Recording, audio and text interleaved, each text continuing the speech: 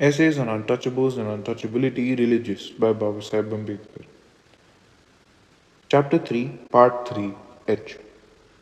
The irreparable barbarism of this last act was not to be forgotten or forgiven, but in the midst of all other sufferings, there was consolation in the thought that this tyranny was but for a time.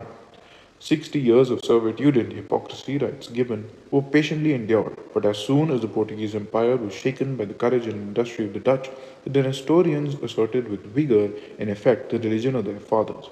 The Jesuits were incapable of defending the power they had abused.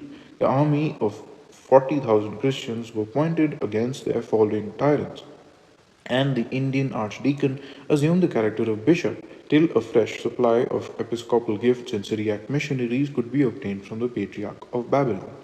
Such, briefly narrated, were the results of the oppression of Menzies. In the course of 6 months, that ambitious and unscrupulous prelate reduced the Syrian church to bondage, and for 60 years they wore the galling chains of Rome. But Menzies trusted in his own strength. He came as an earthly conqueror, and his reliance was on the arm of temporal authority.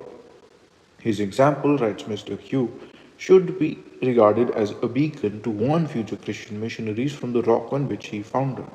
Without faith and godliness, nothing can ensure a church's prosperity. Failing in these, the prelate's designs, magnificent as they were indeed, and deemed, soon came to nothing, and it deserves special remark as an instructive interposition of divine providence that the decline of the Portuguese interest in India commenced at the very period when he flattered himself that he had laid the foundation of its permanency. The end.